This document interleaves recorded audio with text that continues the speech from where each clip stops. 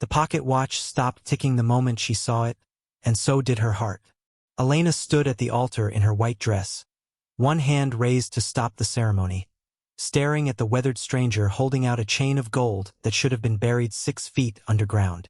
Because that watch belonged to her father, and her father had been dead for 11 years.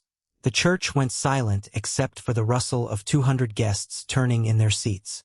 Her fiancé, Marcus, reached for her arm, confusion tightening his jaw. "Elena, what's happening?" She couldn't answer.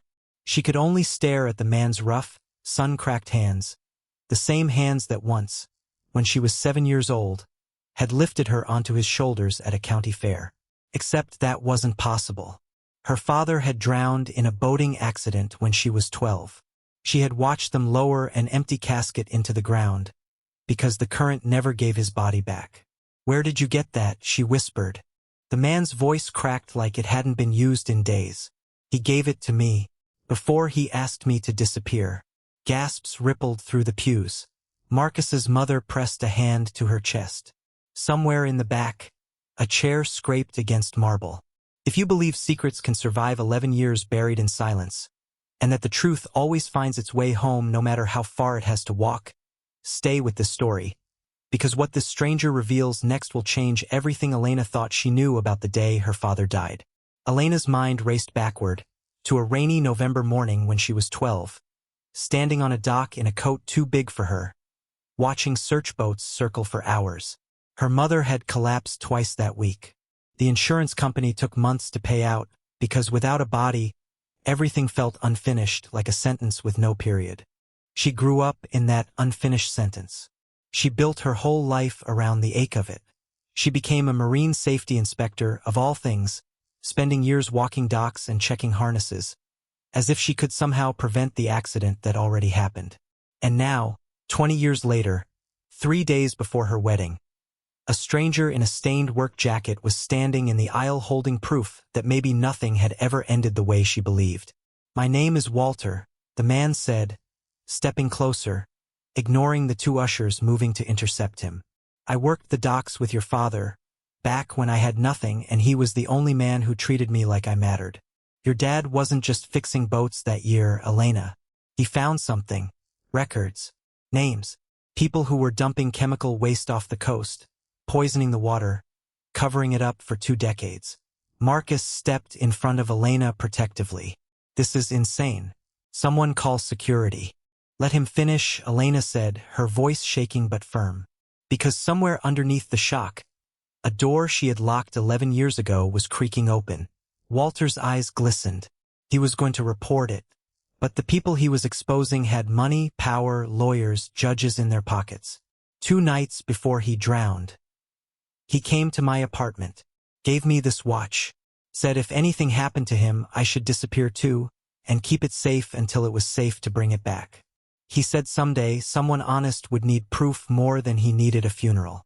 The congregation had gone completely still, holding a breath none of them wanted to release. "So he's alive," Elena breathed. Walter's face fell, and something in Elena's chest fell with it. "No, I don't think he made it, sweetheart. I think they found him before he could run. But he didn't die for nothing. Inside that watch, under the backplate, there's a drive. Names, dates, bank transfers. He wanted the world to know the truth, even if he couldn't stay to tell it himself." Elena's hands trembled as Walter placed the watch gently into her palm. It was warmer than she expected, like it had been carried close to someone's heart the whole journey here. This is the moment worth remembering, because the biggest revelation of this story is still ahead, and it will change not just what Elena believes about her father, but what she chooses to do with the rest of her life. She pried open the back plate with trembling fingers, and a tiny drive fell into her palm, no larger than a fingernail. Marcus stared at it like it might be a bomb. In some ways it was. "Why now?" Elena asked. "Why wait until my wedding day?" Walter's eyes softened with something like shame.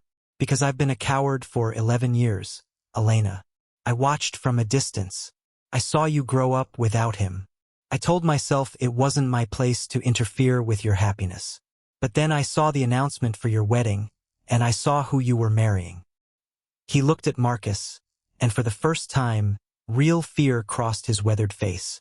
His family's construction company built the seawall expansion project that covered the dumping site. His father signed off on the falsified environmental report. I couldn't let you marry into the very family that erased your father from this world.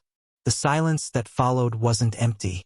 It was the sound of an entire room recalculating everything they thought they understood. Marcus stumbled backward, his face draining of color, because sometimes the people we trust most carry truths they never chose to look at directly. Elena didn't scream. She didn't cry. She simply closed her fingers around the drive, feeling 11 years of grief reshape itself into something closer to purpose. She turned to her guests, still in her wedding dress, veil trembling in the summer air drifting through the open windows. There isn't going to be a wedding today, she said, her voice steadier than she felt. But there's going to be justice. My father waited 11 years for someone brave enough to finish what he started. I think it's time that was me. Walter smiled for the first time, tears cutting clean lines through the dust on his face, like a man finally allowed to put down something impossibly heavy. Sometimes the truth doesn't arrive with fireworks or perfect timing. Sometimes it walks quietly into the one room where you least expect it, wearing a stranger's face and carrying a dead man's watch, asking only that you have the courage to listen. If this story moved you, subscribe for more real, emotional journeys where courage always finds its way home.